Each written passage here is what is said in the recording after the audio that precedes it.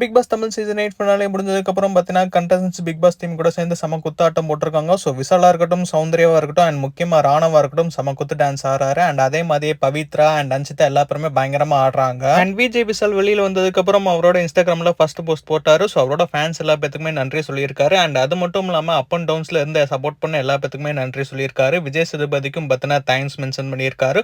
So இனிமேல் கண்டிப்பா என்னோட கேரியர்ல நான் சக்சஸ்ஃபுல் ஆவேன், விஜய் சேதுபதியை பெருமைப்படுத்துவேன்னு சொல்லிட்டு பார்த்தீங்கன்னா மென்ஷன் பண்ணியிருக்காரு.